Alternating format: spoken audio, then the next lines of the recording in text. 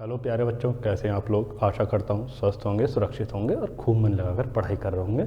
पढ़ते रहिए, नहीं पढ़ रहे हो तो हमने पिछली क्लास में लाइन एंड एंगल्स के बारे में पढ़ चुके थे। अब हम पढ़ेंगे किसके बारे में। टॉपिक लिखा हुआ है आपका ट्राइंगल्स के बारे में। ठीक है भाई, तो देख लो क्या होता है ट्राइंगल। ट्राइंगल क्या होता है? एक ऐसी क्लोज्ड फिगर को ट्राइंगल बोलते हैं हम। ट्राइंगल क्या होता है? एक पहली बात तो भैया क्लोज्ड फिगर होनी चाहिए। एक ऐसी क्लोज्ड फिगर जिसमें तीन साइड, तीन एंगल और तीन ही वर्टेक्स हों। कैसे? जैसे ये बनाया मैंने। ये क्या है? एक ट्राइंगल है। क्यों है ट्राइंगल? क्योंकि इसमें क्या है? तीन ही वर्टेक्स हैं, 1 2 3। वर्टेक्स किसको बोलते हैं भाई? वर्टेक्स उस पॉइंट को बोलते हैं जहाँ पर साइड्स आपस में मिलती हैं। जहाँ पर साइड्स आपस में मिलती हैं उसको वर्टेक्स बोलते हैं। तो ये क्या है? 1 2 3, ए बी सी। तो अगर मैं पूछूं कितनी वर्टेक्स हैं तो वो क्या हो जाएंगी? तीन वर्टिसेस। ठीक है, तो क्या होंगी? 3 वर्टिसेस होंगी। फिर उसके बाद 1 2 3, कितनी साइड्स? 3 साइड्स होंगी। और क्या भाई? कितने एंगल? 1 2 और 3। तीन ही क्या होंगे उसमें? एंगल्स। एक ऐसी क्लोज्ड फिगर जिसमें तीन वर्टिसेस। वर्टिसेस क्या है? वर्टेक्स का प्लूरल है। ठीक है, इंग्लिश भी सीख लो साथ के साथ। ठीक है, तो तीन वर्टिसेस, तीन साइड्स और तीन एंगल्स होंगे। उस फिगर को हम क्या बोलते हैं भाई? ट्राइंगल बोलते हैं। अब देखो, अब ट्राइंगल की कुछ कंडीशन होती है कि कब ट्राइंगल बनेगा या कब ट्राइंगल नहीं बनेगा। जैसे सबसे पहली कंडीशन क्या होती है, तो हम यहाँ पर इसकी सबसे पहली प्रॉपर्टी की बात कर लेते हैं कि जो दो साइड का सम है, इसमें तीन साइड क्या क्या होंगे? इसका नाम लिख लो ए, बी के अपोजिट साइड बी और सी के अपोजिट लिख देता हूँ मैं साइड सी। ठीक है, तो ट्राइंगल कब बनेगा? जब बनेगा ट्राइंगल जब दो साइड का सम तीसरी साइड से बड़ा हो और तीसरी साइड से जो है वो दोनों साइड के डिफरेंस से बड़ी हो। ठीक है, समझ पाए इस बात को?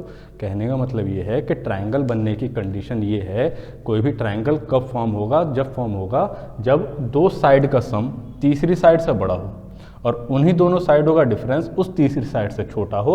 इसी कंडीशन में सिर्फ ट्राइंगल बन सकता है। जैसे कल के दिन को इस पर एक क्वेश्चन पूछ ले आपसे। क्वेश्चन ये बोल दे कि भैया क्वेश्चन है आपका कि if two sides of a triangle are 3 centimeter and 7 centimeter, then the third side can be। चार ऑप्शन दे दे। पहला ऑप्शन उसने बोल दिया, पहला ऑप्शन बोल दिया कि third side C is greater than 4, या B C is less than 4, या C option C is greater than 4 less than 10, या फिर एक ऑप्शन उसने दे दिया कि C इज ग्रेटर देन 10। ये चार ऑप्शन बोल दिए। क्या बोल रहा है कि एक ट्राइंगल है, उसकी दो साइड क्या क्या है भाई? एक साइड है 3 सेंटीमीटर, दूसरी है 7 सेंटीमीटर। तो आपको बताना है कि जो उसकी थर्ड साइड है वो क्या होगी? 4 सेंटीमीटर से बड़ी होगी, या 4 से छोटी होगी, या 4 और 10 के बीच में होगी, या 10 से भी बड़ी होगी। तो अब मैंने अभी बताया कि भाई अगर आपको देखना है कि एक ट्राइंगल है तो उसमें दो साइड्स का सम तीसरी साइड से बड़ा होना चाहिए और उनका डिफरेंस छोटा होना चाहिए। तो देखो यहाँ पर साइड क्या क्या है? यहाँ पर है साइड 3 सेंटीमीटर और 7 सेंटीमीटर। मैं इनका सम करता हूँ तो 3 + 7 कितना हुआ? 10, और इनका डिफरेंस कितना हो जाएगा? 7 - 3 कितना? 4। ठीक है, तो जो तीसरी साइड बची C वो क्या होनी चाहिए? उसके डिफरेंस से बड़ी मतलब 4 से बड़ी होनी चाहिए, और उसके सम से छोटी मतलब 10 से छोटी होनी चाहिए। तो उस साइड की क्या रेंज रहेगी? 4 से लेकर 10 के बीच में होनी चाहिए, ना तो 4 से छोटी और ना ही 10 से बड़ी होगी, तब वो ट्राइंगल बन पाएगा। इस तरीके का क्वेश्चन बन जाता है भाई। और देखो आगे दूसरी चीज़ क्या है? ये तो हो गई साइड्स की बात। दूसरी बात हो जाती है उनके एंगल की, है ना। जैसे यहाँ पर देखो, ये जो एंगल है, angle A, angle B, angle C, इनको बोलते हैं भाई इंटीरियर एंगल्स। ठीक है, इनको क्या बोलेंगे हम? Interior angles. और ये जो एंगल है, अगर मैं इस साइड को आगे की तरफ बढ़ाता हूँ तो ये जो एंगल बना इसको बोलेंगे हम एक्सटीरियर। एक्सटीरियर एंगल, या फिर इंटरनल एंगल और एक्सटर्नल एंगल इस तरीके से भी बोल सकते हैं। जो अंदर वाले एंगल है उन्हें इंटीरियर, जो बाहर वाला एंगल है वो एक्सटीरियर एंगल कहलाता है। तो आपको क्या याद रखना है, आपको याद रखना है कि जो सम होता है, सम ऑफ इंटीरियर एंगल्स, वो कितना होता है, 180 डिग्री होता है। कोई अगर ट्राइंगल है, ट्राइंगल के जो तीनों इंटीरियर एंगल हैं, angle A, angle B, angle C, इन तीनों का सम कितना होता है, 180 डिग्री होता है। कितना होता है, 180 डिग्री होता है। किस किस का sum, angle A plus angle B plus angle C, कितना होगा भाई, 180 डिग्री होगा। अब ये 180 डिग्री कैसे होता है, ये भी देख लो, समझ लो, है ना। जैसे मैंने ये ट्राइंगल बना लिया, ये है ट्राइंगल ए, बी और ये सी, ठीक है।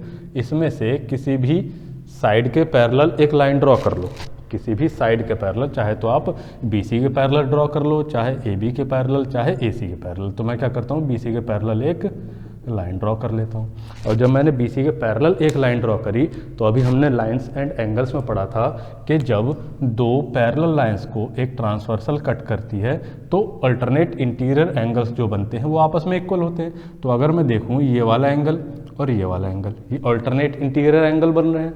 तो ये एंगल तो A है, वर्टेक्स ए बैठ रही है, ये एंगल बी है तो ये भी कितना हो जाएगा, बी हो जाएगा। यहाँ पर देखूँ अगर, तो ये भी कैसे बन रहे हैं, अल्टरनेट इंटीरियर। तो ये अगर सी है तो ये भी कितना हो जाएगा, सी हो जाएगा। तो अब आपने देखा कि भाई ये एक स्ट्रेट लाइन हो गई और ये हो गया इस तरीके से एंगल बी, यहाँ पर एंगल ए और ये एंगल सी। तो अब देखो ये पूरी स्ट्रेट लाइन है, स्ट्रेट लाइन कितनी डिग्री की होती है, 180 डिग्री की होती है। तो बी प्लस ए प्लस सी कितना हो गया, 180 डिग्री। तो अब आप समझ पाए कि जो ट्राइंगल है उसके इंटीरियर एंगल्स का सम कितना होता है, हमेशा 180 डिग्री होता है। ये चीज़ याद रखनी है। और देखो तीसरा पॉइंट क्या याद रखना है आपको, एक आता है एक्सटीरियर एंगल थ्योरम। उसमें क्या बोलता है कि अगर कोई ट्राइंगल है, उसकी एक साइड को आगे की तरफ बढ़ाया जाए, ए बी सी, इस बी सी साइड को मैंने पॉइंट डी तक बढ़ाया, तो ये जो एक्सटीरियर एंगल बनता है ये दोनों अपोजिट इंटीरियर एंगल के सम के इक्वल होता है, ठीक है। तो आपको क्या याद रखना है, आपको याद रखना है exterior angle is equal to the sum of two opposite interior angles. ठीक है बच्चों, समझ पाए इस बात को कि अगर कोई ट्राइंगल है उसकी एक साइड को आगे की तरफ बढ़ा दिया जाए तो जो एक्सटीरियर एंगल बनता है वो उसके अपोजिट इंटीरियर एंगल्स के सम के बराबर होता है। अगर मैं इस एक्सटीरियर एंगल को C मानता हूँ, इन दोनों को A मानता हूँ और इसको B मानता हूँ, तो ये जो C होगा ये C इक्वल टू क्या हो जाएगा, A degree plus B degree हो जाएगा। ये बोलती है हमारी एक्सटीरियर एंगल थ्योरम की बात। समझ पाए यहाँ तक। फिर आगे देखो और क्या बात है, साइड्स की बात होगी, एंगल की बात होगी, और उसके बाद और देखो और क्या बोलता है। वो बोलता है कि भाई अगर कोई ट्राइंगल है, ये कोई ट्राइंगल है A B और C, अगर कोई ट्राइंगल है ABC तो उसमें अगर दो एंगल इक्वल हैं या अगर उसमें दो एंगल इक्वल हैं, पहले हम एंगल की बात कर लेते हैं। अगर ये एंगल B और ये एंगल C इक्वल है, अगर किसी ट्राइंगल ABC में एंगल B और एंगल C इक्वल है तो जो उनके अपोजिट साइड्स होंगी वो भी आपस में क्या हो जाएंगी, इक्वल हो जाएंगी। अगर मैं बोलता हूँ कि एंगल B इक्वल है एंगल C के, if angle B equals to angle C, तो इनके अपोजिट साइड्स जो होंगी वो भी क्या हो जाएंगी, आपस में इक्वल हो जाएंगी। तो B के अपोजिट कौन है, AC है, तो AC किसके इक्वल हो जाएगा, C के अपोजिट AB के इक्वल हो जाएगा। और इसके वाइस वर्सा भी ट्रू होता है, मतलब अगर दो साइड इक्वल हैं, अगर वो बोल दे कि AB इक्वल है AC के, AB इक्वल है AC के, तो मैं समझ जाऊंगा कि अगर दो साइड इक्वल हैं तो साइड्स के अपोजिट एंगल इक्वल होंगे। अगर साइड AB और साइड AC इक्वल है तो इसका मतलब एंगल B और एंगल C भी क्या हो जाएंगे, इक्वल हो जाएंगे। AB के अपोजिट कौन सा एंगल है, C, तो एंगल C इक्वल होगा AC के अपोजिट एंगल B के। ये बातें आपको याद रखनी है, ठीक है। इनके ऊपर छोटे छोटे ढेर सारे क्वेश्चन आपके एग्जाम में बन जाते हैं। अब देखो भाई आगे हम बढ़ते हैं, यहाँ तक बात समझ में आ गई। तो अब कैसे कैसे ट्राइंगल होते हैं, हम टाइप्स ऑफ ट्राइंगल की बात कर लेते हैं। ट्राइंगल को हम दो तरीके से क्लासिफाई कर सकते हैं भाई, एक तो उनके साइड के बेसिस पर और दूसरा उनके एंगल के बेसिस पर। क्या एंगल के बेसिस पर कौन कौन से ट्राइंगल होते हैं और साइड के बेसिस पर कौन कौन से ट्राइंगल होते हैं। दोनों ही कंडीशन में तीन तीन टाइप के ट्राइंगल होते हैं, आपको पता ही होगा। कौन कौन से पढ़े हैं आपने, सबने पढ़ रखे हैं। एक होता है स्केलिन, एक होता है आइसोसेलेस, एक होता है इक्विलेटरल ट्राइंगल, है ना। अब हम बात करते हैं टाइप्स ऑफ ट्राइंगल्स की। टाइप्स ऑफ ट्राइंगल्स, देखो भाई ट्राइंगल्स जो है हम दो बेसिस पर डिफाइन कर सकते हैं, on the basis of sides. ठीक है, साइड्स के बेसिस पर अगर मैं बात करूं तो साइड्स के बेसिस पर भी तीन टाइप के ट्राइंगल होते हैं और एंगल के बेसिस पर भी। साइड के बेसिस पर कौन कौन से होते हैं पहले उसकी बात कर लेते हैं। साइड के बेसिस पर सबसे पहले बोलेंगे हम scalene triangle.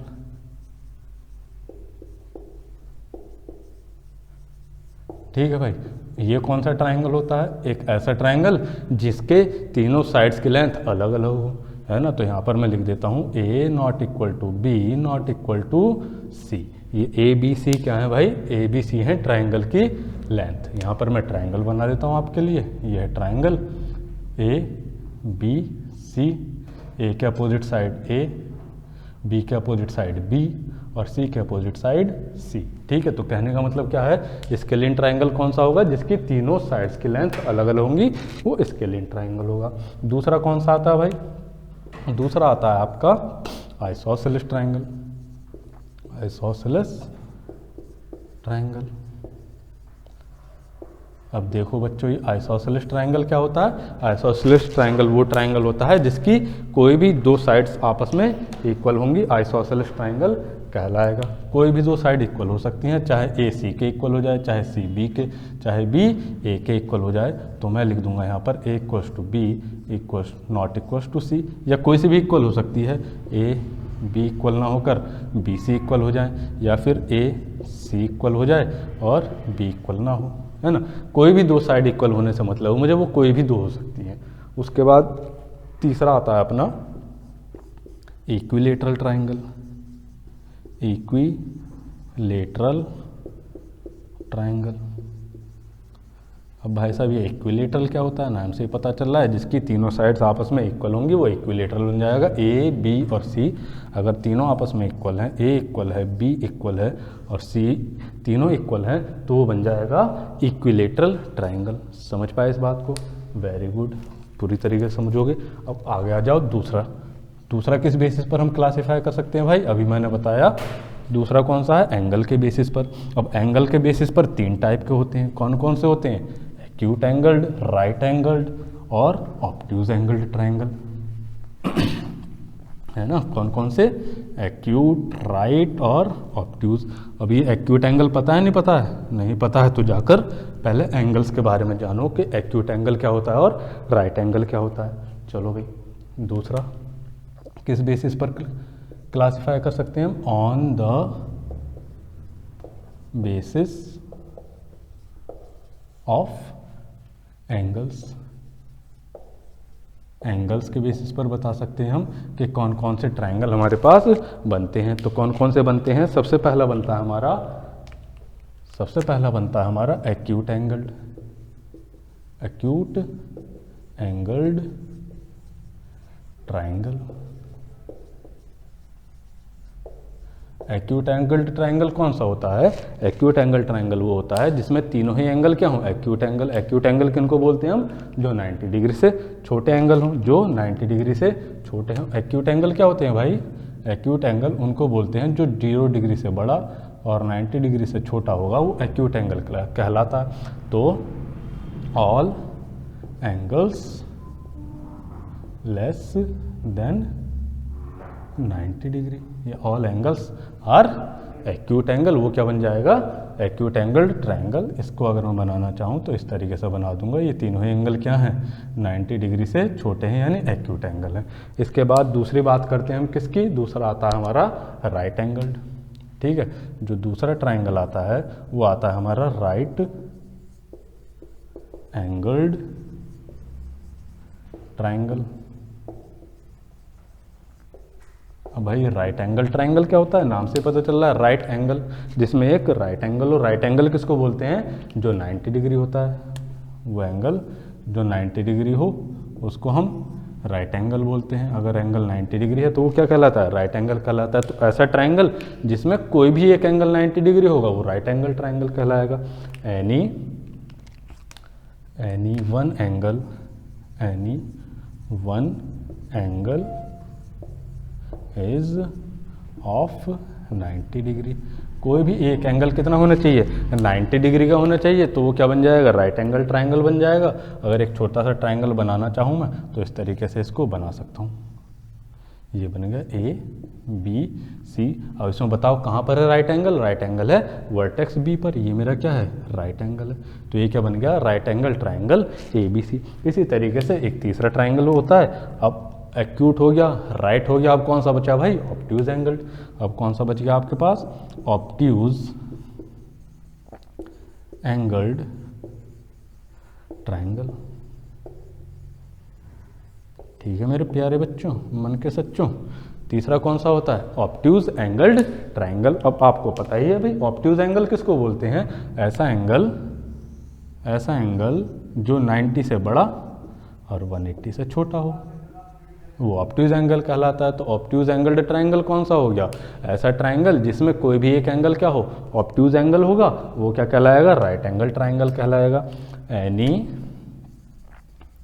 One angle is obtuse angle, है ना। कोई भी एक एंगल क्या हो, ऑब्ट्यूज एंगल हो, मतलब 90 से बड़ा और 180 से छोटा होगा, तो वो क्या कहलाएगा, ऑब्ट्यूज एंगल कहलाएगा। अगर इसके लिए मैं बनाना चाहूँ एक छोटा सा ट्राइंगल तो इस तरीके से बना सकता हूँ कि भाई ये हो गया, ठीक है, सुंदर सा बनाओ, थोड़ी लाइन सही नहीं आई, ये इस तरीके से, अब सही है। अब देखो, है ना, ये ए, ये बी, ये सी। तो देखो जो वर्टेक्स बी है वो 90 डिग्री से बड़ी है या नहीं है, कुछ भी हो सकती है, मैं इसको मान लूँ अगर ये 120 डिग्री है थोड़ी देर के लिए, तो ये क्या बन गया मेरा ऑब्ट्यूज एंगल्ड ट्राइंगल। ठीक है भाई। अब इसके बाद देखो, अब इसके बाद एक बात देखो कि अगर वो आपको साइड्स की लेंथ दे दे, वो आपको क्या दे दे, साइड्स की लेंथ दे दे, और फिर पूछ ले कि वो बताओ कौन सा ऑब्ट्यूज है, कौन कि ये अगर राइट एंगल है तो बताओ ये ऑब्ट्यूज एंगल ट्राइंगल है या एक्यूट एंगल ट्राइंगल है ना। वो आपको क्या दे दे, साइड्स की लेंथ दे दे। इधर देखो, ध्यान दो बात पर ज़रा, मैं क्या कह रहा हूँ, उसने बोला कि एक ट्राइंगल है, ट्राइंगल ए बी सी, ठीक है, ट्राइंगल ए बी सी है, उसकी साइड्स की लेंथ दे दी उसको, उसने आपको कि ए बी और ये सी। अब वो आपसे पूछ रहा है कि भाई साहब बताइए ये जो साइड्स हैं ए बी सी, इनसे जो ट्राइंगल बना रहा हूँ मैं, ये एक्यूट एंगल ट्राइंगल है, राइट एंगल ट्राइंगल है या ऑब्ट्यूज एंगल ट्राइंगल। अब ये कैसे डिसाइड करोगे, मान लेता हूँ मैं ये जो साइड्स हैं ए बी और सी, जो ये सी है ये लॉन्गेस्ट साइड है, ठीक है, सी क्या है, लॉन्गेस्ट साइड है जो दे रखी है आपको। अगर 3 4 5 बोलता है तो 5 लॉन्गेस्ट हो गई, 5 6 7 बोलता है तो 7 लॉन्गेस्ट हो गई, कुछ भी दे दे वो। तो जो लॉन्गेस्ट साइड मैंने मानी है वो क्या मानी है, सी मानी है। तो देखो हमें क्या करना है, मुझे इन सब का स्क्वायर करना है, मुझे क्या करना है, इन सब का स्क्वायर करना है। तो स्क्वायर करो, ए स्क्वायर बी स्क्वायर और सी स्क्वायर। लॉन्गेस्ट साइड का स्क्वायर देखना है मुझे, और दोनों छोटी साइड से उनके स्क्वायर का सम देखना और उन्हें कंपेयर कराना है। अगर छोटी साइड्स के स्क्वायर का सम बड़ा हो जाता है बड़ी साइड के स्क्वायर से, तो उस कंडीशन में जो ट्राइंगल बनेगा वो बनेगा आपका एक्यूट एंगल्ड ट्राइंगल। तो क्या बनेगा वो, एक्यूट एंगल्ड ट्राइंगल। समझ पाए भाई बात को। अगर सी लॉन्गेस्ट साइड है, मैं तीनों साइड का स्क्वायर करता हूँ, तो लॉन्गेस्ट साइड के स्क्वायर का जो सम है अगर वो छोटा है बाकी दोनों छोटी साइड्स के स्क्वायर के सम से, तो वो क्या बनेगा, एक एक्यूट एंगल्ड ट्राइंगल बनेगा। और अगर ये इक्वल हो जाता है, ये होगी फर्स्ट कंडीशन। सेकंड में क्या है, ये इक्वल हो सकता है, तो A square plus B square equal हो जाए सी स्क्वायर के। अब आपको पता है कि दो साइड के स्क्वायर का सम अगर तीसरी लॉन्गेस्ट साइड के स्क्वायर के सम के बराबर होता है तो वो कौन सा ट्राइंगल बनता है भाई, वो आपको पता है, वो बन जाता है राइट एंगल्ड ट्राइंगल। ठीक है मेरे बच्चों। और लास्ट में अब क्या है, यहाँ पर बड़ा है, यहाँ इक्वल है, फिर ये तीसरी कंडीशन में क्या हो जाएगा, तीसरी कंडीशन में ये छोटा हो सकता है। और इससे बड़ी क्या बात हुई कि a² + b² छोटा हो जाए c² से, तो ये क्या बन जाएगा, ये बन जाएगा भाई आपका ऑब्ट्यूज एंगल्ड ट्राइंगल। ये बन जाएगा आपका ऑब्ट्यूज एंगल्ड ट्राइंगल। ये क्या बन गया, ऑब्ट्यूज एंगल्ड ट्राइंगल। तो समझ पाए इस बात को। अगर कोई साइड्स बोल दे वो कि साइड्स हैं 3 4 5 या 5 6 7 कुछ भी बोल दे और वो पूछ ले बताइए कैसा ट्राइंगल है, सपोज एक क्वेश्चन ले लो, इस पर एक एग्जांपल ले लो सिंपल सा। वो बोल दे if sides of a triangle are 5 6 7 then the triangle is, ठीक है। उसने बोला कि एक ट्राइंगल है, उसके साइड्स क्या हैं, 5 6 7 हैं, तो आप बताइए कि वो ट्राइंगल क्या है। 4 ऑप्शन दे देगा वो कि एक्यूट एंगल्ड ट्राइंगल है, या B option obtuse angled triangle है, या फिर C option right angled triangle है, या फिर लास्ट ऑप्शन बोल दे नन ऑफ दीज, इनमें से कोई नहीं। तो सिंपल सी बात है, अभी मैंने बताया आप क्या करोगे, सबका स्क्वायर करोगे, है ना, किनका, इन सब का स्क्वायर करोगे, 5 का स्क्वायर करोगे, 6 का स्क्वायर करोगे और 7 का स्क्वायर करोगे। सबसे बड़ी साइड क्या है इसमें, इसमें है 7, तो इसके स्क्वायर, इसका जो स्क्वायर है इसका कंपैरिजन कराना है इनके स्क्वायर के सम से। अब देखो भाई इनके स्क्वायर का सम तो इस 49 से बड़ा हो गया, जब बड़ा हो गया तो उस कंडीशन में ये कौन सा ट्रायंगल बना, बोलो बोलो बोलो, एक्यूट एंगल। बहुत सही जवाब, बहुत सही, ठीक है। तो कौन सा बनेगा भाई, एक्यूट एंगल्ड ट्रायंगल बन गया। बहुत तेज हो यार, मुझे पता है, ठीक है। तो कौन सा ट्रायंगल हो गया, एक्यूट एंगल्ड ट्रायंगल हो गया। ऐसे इजी इजी क्वेश्चन बन जाते हैं इनके ऊपर। और आगे बढ़ो, देखो भाई आगे देखो अब थोड़ा हम पेरीमीटर, सेमी पेरीमीटर और 2-3 एरिया के फॉर्मूले हैं वो और देख लेते हैं। फिर उनके ऊपर अच्छे अच्छे कुछ सुंदर सुंदर क्वेश्चन करेंगे आपके प्रीवियस ईयर में आए हुए, और जो आ सकते हैं वो क्वेश्चन करने की कोशिश करेंगे। चलो भाई देख लो।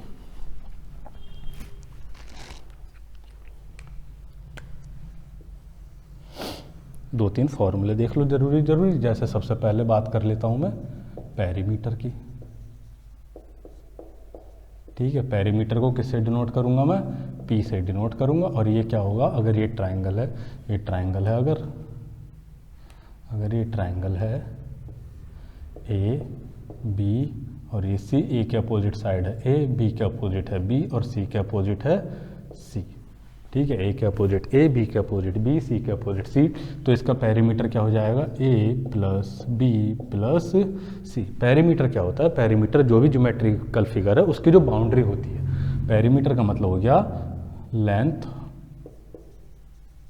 ऑफ बाउंड्री,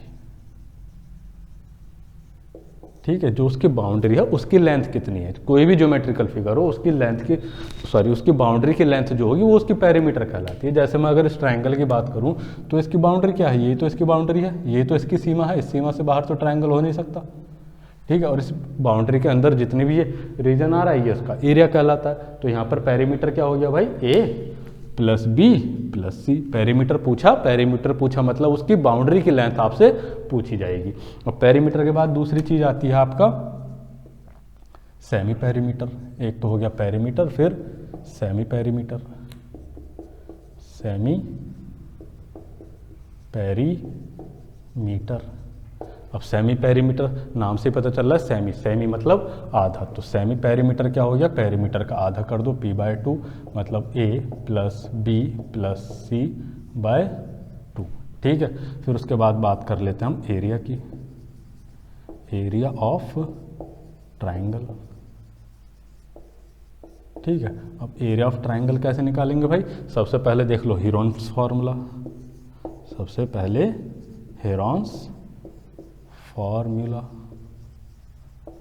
ठीक है। हेरॉन्स फॉर्मूला क्या है, हेरॉन्स फॉर्मूला से अगर मुझे एरिया निकालना है तो एरिया = होता है √, एस माइनस ए, एस माइनस बी और एस माइनस सी। और एस आपको पता ही है भाई, एस क्या है, सेमी पेरीमीटर, और ए बी सी क्या है, ट्राइंगल की साइड्स की लेंथ है। ये हो गया हेरॉन्स फार्मूला।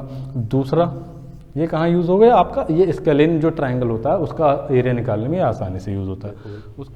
अब ये तो आपका यूज़ हो जाएगा स्केलिन में। अब उसके बाद क्या है, वो आपको एक ट्राइंगल देगा, वो बोल देगा कि भाई एक साइड, ये जो ट्राइंगल है इसका बेस ये है, और इसकी जो परपेंडिकुलर हाइट है, ये जो हाइट है इसकी वो h है। तो अगर मुझे इसका एरिया बताना हो तो कैसे बताऊंगा, एरिया हो जाएगा हाफ इंटू बेस और इंटू हाइट।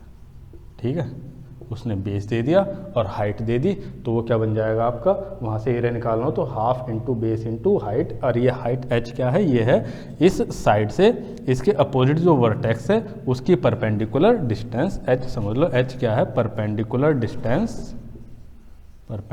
डिस्टेंस बिटवीन किस किस की, side and vertex opposite to it. ठीक है, ये जो साइड है, साइड के अपोजिट जो वर्टेक्स है उसकी जो परपेंडिकुलर डिस्टेंस है वो h है। ठीक है, इस तरीके से निकाल लेंगे। और एक तीसरा फॉर्मूला और बनता है भाई, वो और देख लो, फिर उसके बाद हम आज की क्लास को यहीं पर निपटा देंगे। देखो भैया, तीसरा फॉर्मूला क्या है,